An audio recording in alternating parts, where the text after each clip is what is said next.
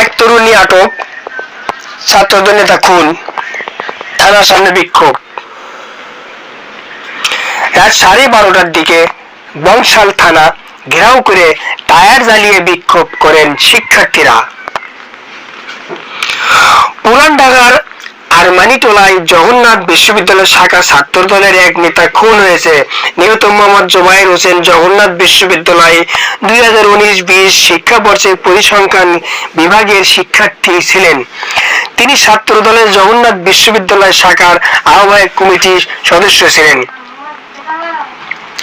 রোববার রাতে আরমানিটোলার মাহুতটুলিতে পানির পাম্প গলির নূরবক্স লেনের একটি ভবনের সিঁড়ি থেকে তার রক্তাক্ত মরদেহ উদ্ধার করে পুলিশ। পুলিশ ও জুবায়েত হোসেনের সহপাঠীদের তথ্যমতে জুবায়েত ওই ভবনের একটি বাসায় এইচএসসির এক মেয়ে শিক্ষার্থীকে প্রাইভেট পড়াতেন। তার লাশ উদ্ধারের পর জিজ্ঞাসাবাদের জন্য ওই শিক্ষার্থী আটক করেন। সংশ্লিষ্ট ব্যক্তিরা জানান, তথ্য দিনে